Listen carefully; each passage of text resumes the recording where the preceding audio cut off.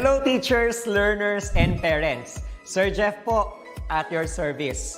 Alam nyo ba na meron tayong website na tinatawag na DepEd Commons? Ang DepEd Commons ay binuo upang gawing accessible ang pagtuturo at pag-aaral dito sa ating bansa gamit lamang ang inyong mga smart devices gaya ng cellphones, tablets, at computers. Dito ay maaari nating ma-access ang iba't ibang learning materials mula sa Department of Education. Meron itong mga interactive materials, electronic self-learning modules, at instructional video lessons mula sa DepEd TV na tiyak na makatutulong sa pag-aaral ng mga mag-aaral galing ka man sa public o private school. Walang problema dahil welcome ang lahat dito. Para ito sa mga guro, magulang at mga mag-aaral mula sa kinder hanggang grade 12, alternative learning system o ALS, at pati na rin ang special education. At huwag kang mag-alala dahil kahit walang load ay maaari mong ma-access ang mga learning materials. Tama! Libre ito. Ang kailangan mo lamang gawin ay i-on ang iyong data at buksan lamang ang iyong browser at i-type ang commons.deped.gov.ph. Alam na ba ng iyong mga kasamahang guro o mag-aral ang tungkol sa DepEd Commons? I-share mo na ang video na ito upang matuto rin sila kung paano gagamitin ang DepEd Commons sa mabilis at napakadaling paraan. Muli, ito po si Sir Jeff at kita-kits po tayo sa DepEd Commons. Paalam!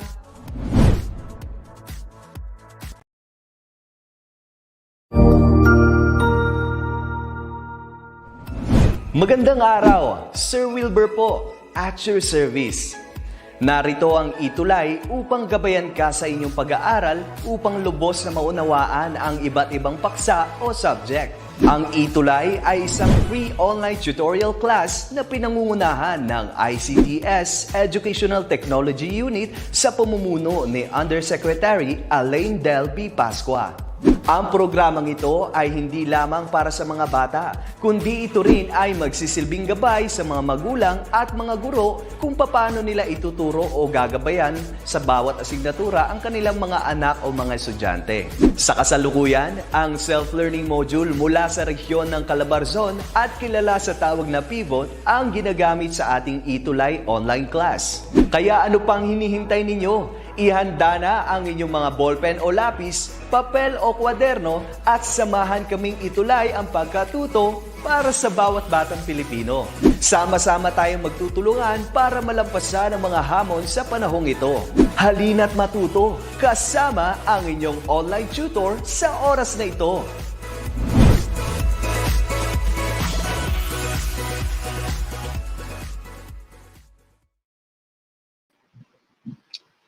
Isang napakagandang Lunes ng hapon sa lahat ng sumusubaybay sa atin dito sa ETUlay Senior High School Physical Science sa oras na 4 to 40, 4:40 in the afternoon kada Lunes. Welcome to another ETUlay session.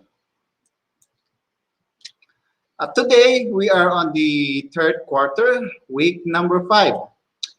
Ang paksa po natin ngayong hapon ay ang collision theory and chemical reaction rate and catalyst na mula sa week 5 coverage ng pivot modules ng Calabarzon.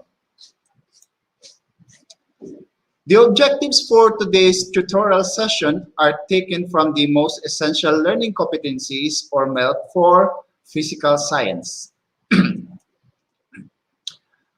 First, use simple collision theory to explain the effects of concentration, temperature, and particle size of the rate of reaction.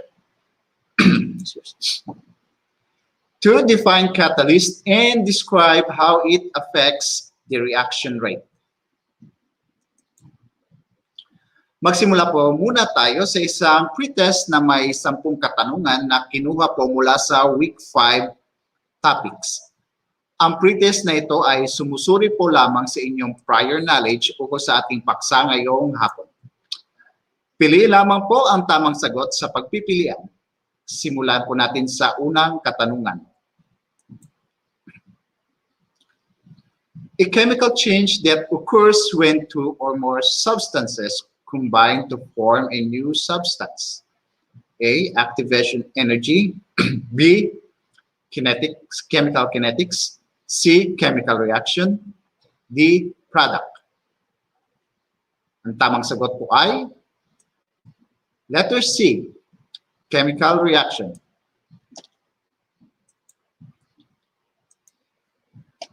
Number 2, the measure of the change in the concentration of the reactants or products.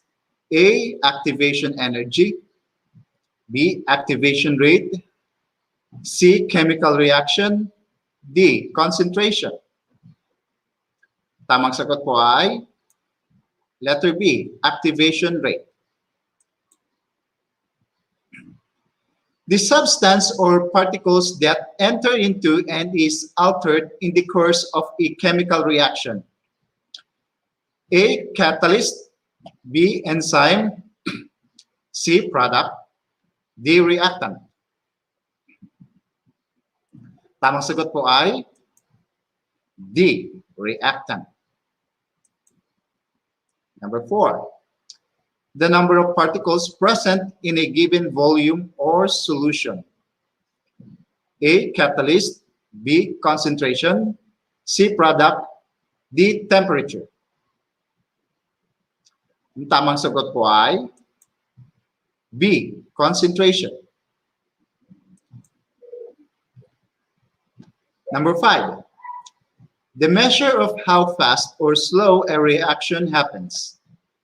A, activation energy, B, collision theory, C, particle size, D, rate of reaction. Ang tamang sagot po ay letter D, rate of reaction. Number 6, a catalyst is a substance that can be added to a reaction to increase the reaction rate without getting consumed in the process. True or false? Ang tamang sagot po ay true. Number 7, heat is not a substance since it can't be taken out of the reaction in the same amount it was inputted into the reaction. True or false? Tamang sagot po ay true. 8, catalysts increase the rates of chemical reaction by raising the activation energy of the reaction. True or false? Tamang sagot po ay false. Catalyst lowers the activation energy. 9, collisions only result in a reaction if the particles collide with a certain maximum energy called the activation energy of the reaction. True or false? Tamang sagot po ay false. So it is not a certain maximum energy but the minimum. Okay, last question. A chemical reaction may be energetically favorable, exothermic, and so if the activation barrier is high, the activation energy is high, the reaction rate may be extremely slow. True or false? The answer is true. All right. So, itong chemical chemical reactions ay parte na ng mundong ito, maging ng buong sangkalawakan ang mga chemical reactions. Mula noong mga pangyayari noong Big Bang hanggang sa kasalukuyan, itong mga chemical reactions nito ay nangyayari. Ang mga elements na nabubuo sa kailaliman ng mga bituin, ang climate change, ang mga pagkain at mga bagay na bumubuhay sa atin ay may kaugnayan sa chemical reactions. Sa elementary, natutunan natin ang physical at chemical change. Sigurado po ako na alam niyo po ang kaibahan ng dalawa. Anyway, atin po muling bisitahin ang ilang mga karaniwang mga bagay na kalimitan ay nagagawa po natin sa ating mga pamamahay. Atin po silang i-classify as physical or chemical change. Baking a pie, is it a physical or chemical change? Baking a pie is a chemical change. How about dissolving sugar in water? Dissolving sugar in water is a physical change. How about burning a piece of paper? So burning a piece of paper entails a chemical change. Right. So let us get started with the collision theory. Lahat ng substance ay binubuo ng napakaliit na mga particles. So these particles are in constant motion and all the time, ang mga ito ay nagbabanggaan. Pero hindi lahat ng nagbabanggaan ng mga particles ay humahantong sa chemical reaction. May dalawang pagbabatayan kung mangyayari ba ang isang reaction o hindi. Atin pong basahin ang next slide. So there are factors that determine a reaction between two colliding particles. So first one, substance or particles of reactants must physically collide with enough energy. So kung magbabanggaan ng mga particles, dapat may kalagasan ang pagbangga nito. Pangalawa, substance or particles must come into contact or collide in the correct orientation. So, dapat may tamang orientation o position ang mga particles kung magbabanggaan para mangyari ang isang chemical reaction. Sa halimbawa na nakikita nyo po sa ating slide, nagkaroon po ng reaction ang dalawang atoms ng nitrogen. Right? Dalawang atoms ng nitrogen at dalawang atoms na oxygen na humantong sa pagkakaroon ng panibagong substance na nitrogen monoxide. So this nitrogen monoxide is formed through a covalent bond between the nitrogen and oxygen atoms.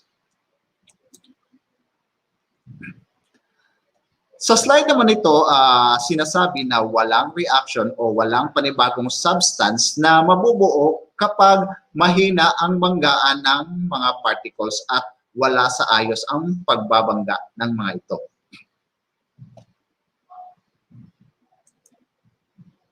So sa ating po mga live viewers, posible po ba na may maganap na reaction ayon sa distansya ng mga particles na nakikita nyo po sa inyong slides?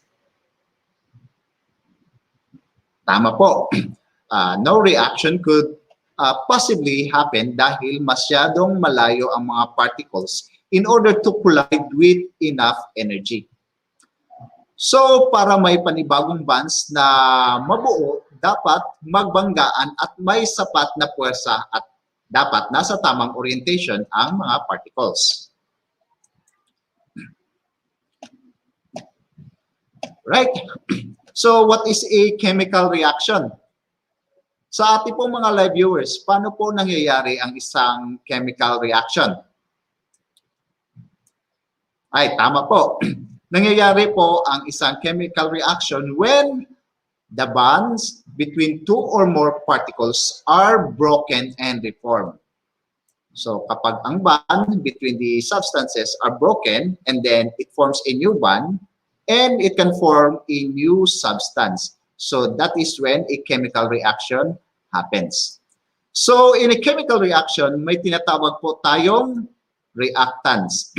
So ito pong reactants, these are the ingredients or these are the substances that is required in order for a chemical reaction to happen.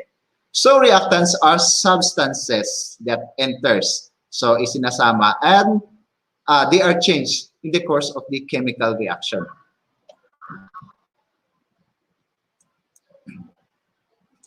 At ang products naman ay ang mga panibagong substance na nabuo matapos mangyari ang isang chemical reaction.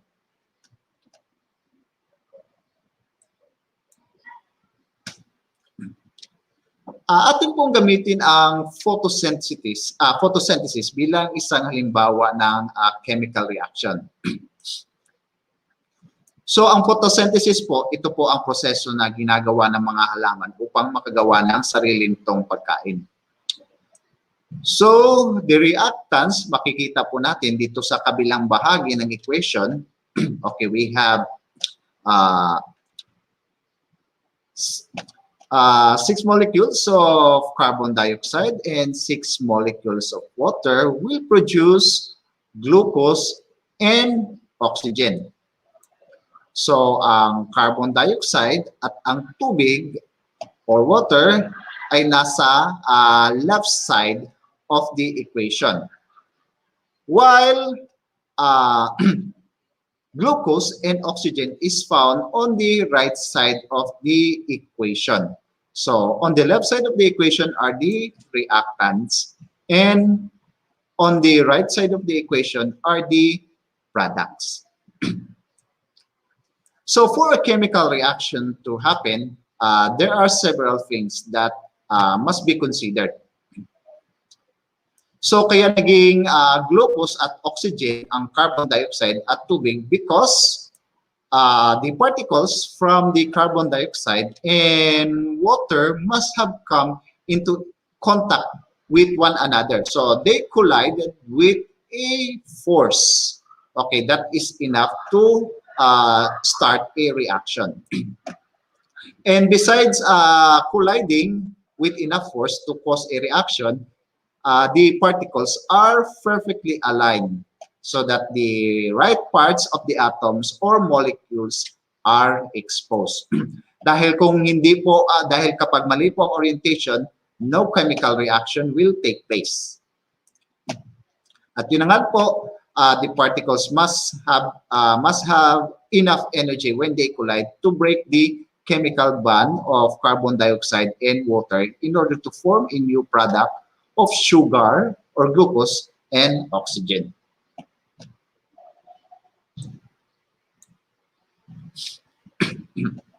Now let us discuss the different factors that could affect the rate of reaction o kung gaano kabilis o kabagal ang isang reaction. Ang pinakaunang factor na ating pong tatalakayin ay ang activation energy. So, ang activation energy, okay, this refers to the minimum, right? Minimum energy required for a reaction to take place. So, kapag nagbanggaan ang mga particles, dapat po may lakas na katumbas pa o higit pa sa activation energy para may reaction na mangyari at makagawa ng panibagong products ang mga reactants. So kapag nagbanggaan naman ng mga particles na hindi natumbasan ang activation energy, ang mangyayari lang po, magbabanggaan po sila at magtatalbugan po lamang. At walang reaction na mangyayari dahil hindi po natumbasan ang activation energy that was required to start the reaction.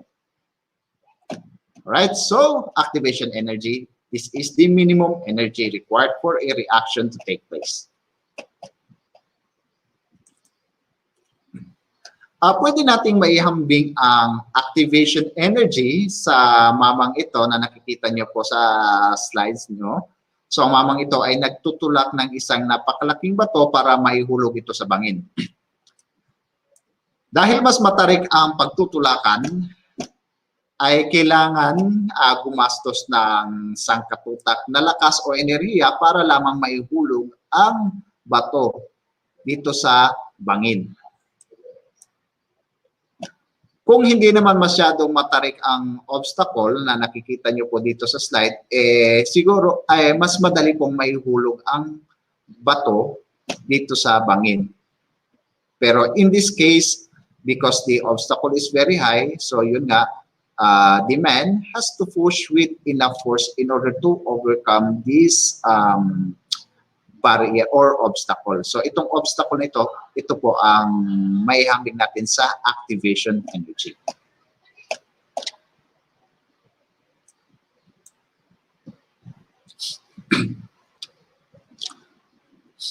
Ang temperatura naman ay isa sa mga factors kung bakit nagiging successful ang isang reaction. Alam natin na ang temperatura ay kung gaano kainit o kalamig ang isang bagay. Mas tumataas kasi ang reaction rate kapag umiinit o tumataas ang temperature ng mga reactants. Kapag tumataas ang temperature ay mas lalo pong bumibilis ang galaw ng mga atoms at molecules. At kapag mas mabilis ang galaw ay mas maraming collision o pagbabangga ang mangyayari. And when these collisions happen more often, so matutumbasan o mahihigitan pa ang activation energy.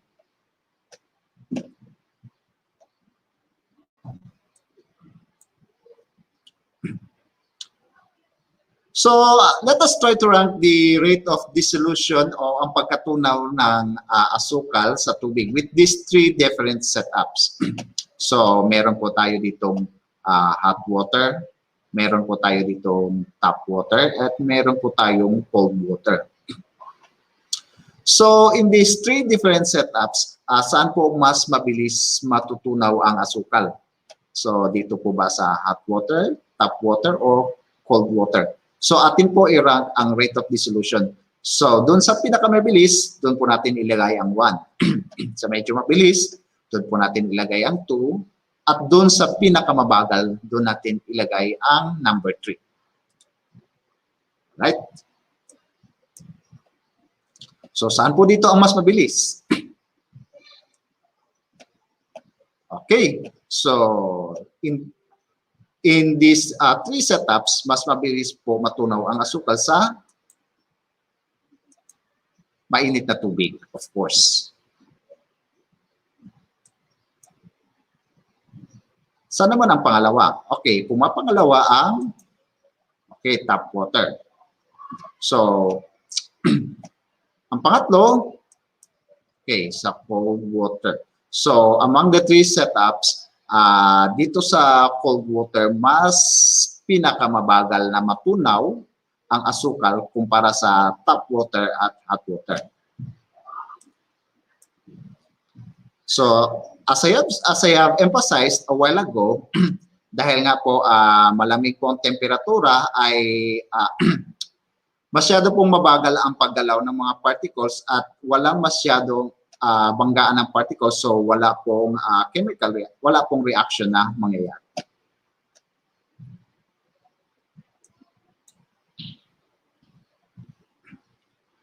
Okay, concentration. So, concentration, on the other hand, ito naman po ay kung gaano karami ang particles ng mga reactants. So, in this slide, you can read concentration as the number of particles present in a given volume of solution.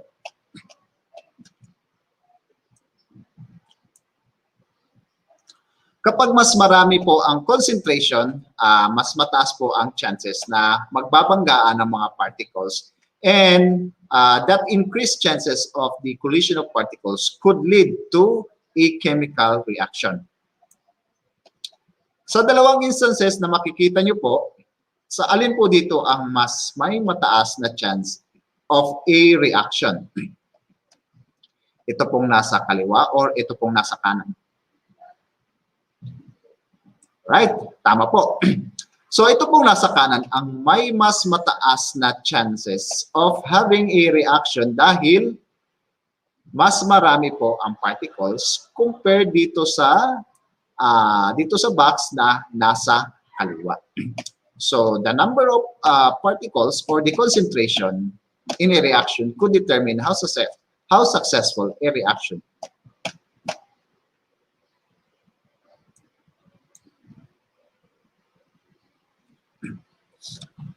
Right?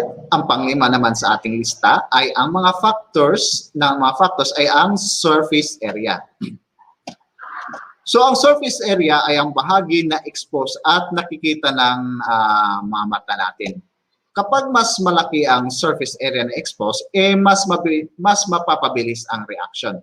So ang surface area, it is measured in square units such as square meter or centimeter square. So any reaction between a solid and a liquid, so the more finely divided a solid is, so mas mabilis ang rate of reaction.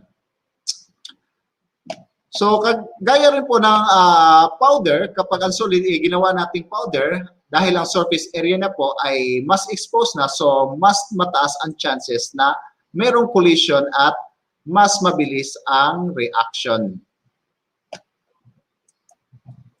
So para mas madali po nating maintindihan ang rate of reaction in terms of the surface area exposed, gamitin po natin halimbawa itong isang buong troso at itong mga kahoy na panggatong. Alin po sa dalawa ang mas madaling maabot kapag sinilaban? Ito po hubang buong troso o ito pong kahoy na gagawin nating panggatong? Alright. So, mas mabilis na maging abo kapag sinilaban itong kahoy na ginawang na panggatong dahil mas exposed ang surface area compared dito sa isang buong troso. So, maaring masunog itong isang buong troso pero sa deep inside, sa kilaliman nito ay hindi ito nagagalaw ng apoy. Right. So that explains how the surface area affects the rate of reaction. Ito, may isa pa po tayong halimbawa. So alin po dito sa dalawang setup na mas magiging mabilis ang reaction? Ito po bang nasa kanan o ito po bang nasa kaliwa?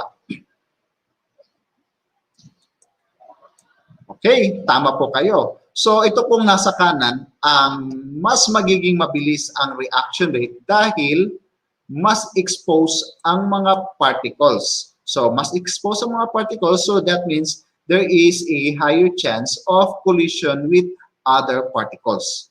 So dito naman po sa kaliwa ay masyadong kumpul-kumpul ang isang grupo ng mga reactants, kaya mas mababa po ang chance na merong collision o pagbabanggaan ng mga particles. So the lower the chances of collision, the lower the chances of reaction.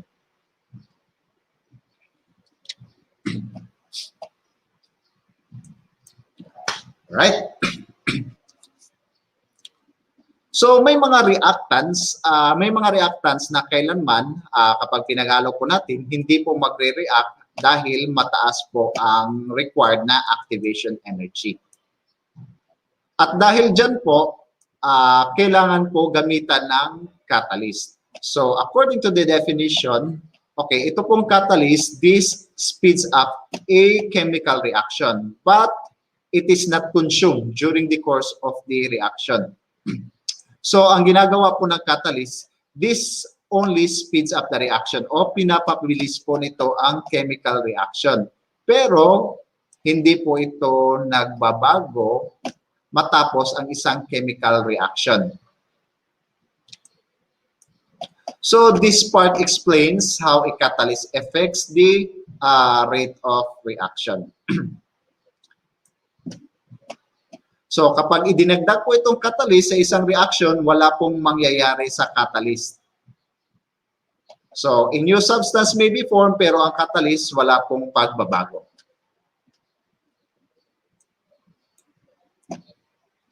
Alright, so these are some of the reactions that require a catalyst. So how to decompose a hydrogen peroxide or H2O2? So lagyan lang po ng manganese 4 oxide. And we can break down hydrogen peroxide into hydrogen and oxygen. Okay, nitration of benzene requires concentrated sulfuric acid. Okay. To manufacture ammonia by the Haber process, we add iron as a catalyst. So to convert sulfur dioxide into sulfur trioxide, vanadium oxide is added. And to hydrogenize a carbon-to-carbon double bond, we only add nickel.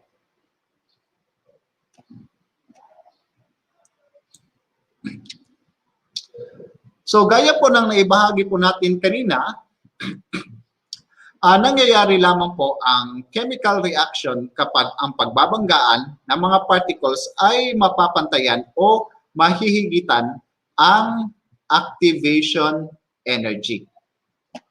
So dito po sa graph na ito, makikita po natin ang activation energy na kailangan. Alright, so this part here is, okay, ito po yung activation energy that is required in order to start a reaction. So ito pong buong graph na ito, okay, this is what we call as the Maxwell-Boltzmann distribution. Ang y-axis ng graph, makikita po natin, so this tells us the number of particles. Okay, then we have here the curve of the graph.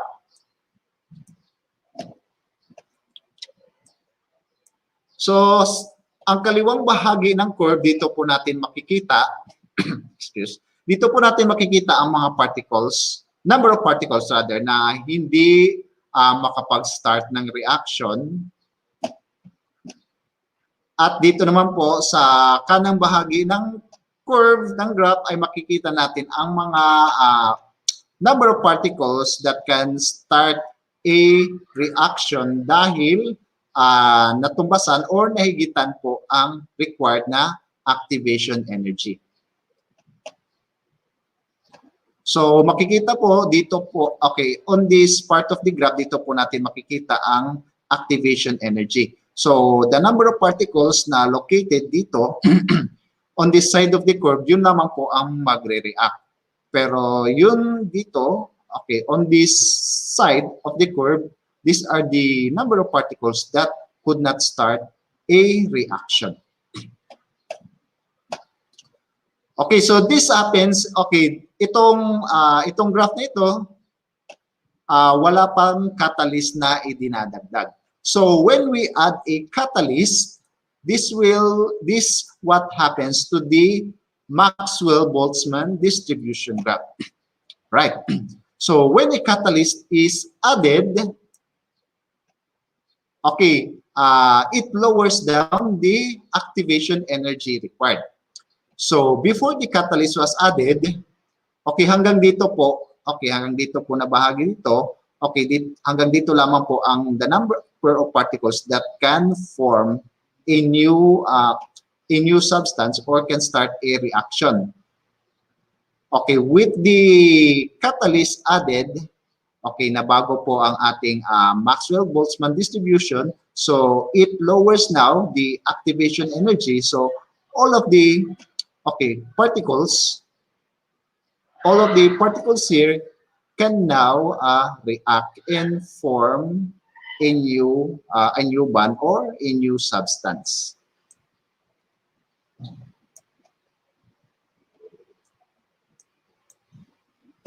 So let us have a look at another graph. So dito po sa graph na ito, mas klaro po dito na napapababa ng catalyst ang activation energy para mangyari ang isang chemical reactions at makagawa po ng panibagong mga products.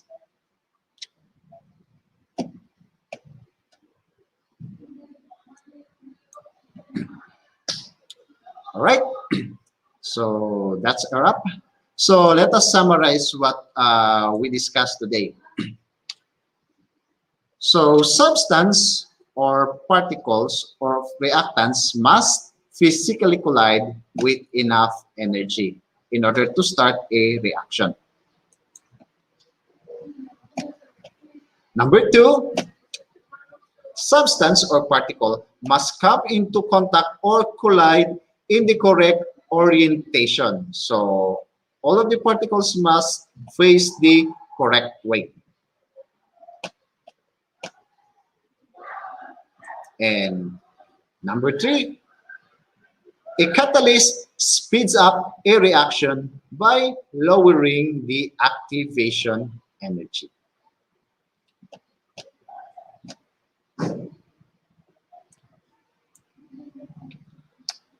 At yan po ang ating tutorial session para sa linggo na ito. Binabati ko po ang mga kasamahan ko na tutor dito sa ETUlay na sa kabila ng napaka-busy schedule ay nagagawa pa rin ETUlay ang pagkatuto ng ating mga mag-aaral. Taos-pusong pagsiservisyo para sa bata, para sa bayan. Once again, this is your tutor for this segment, Tutor Lester. See you po next week, same time. Hanggang sa muli!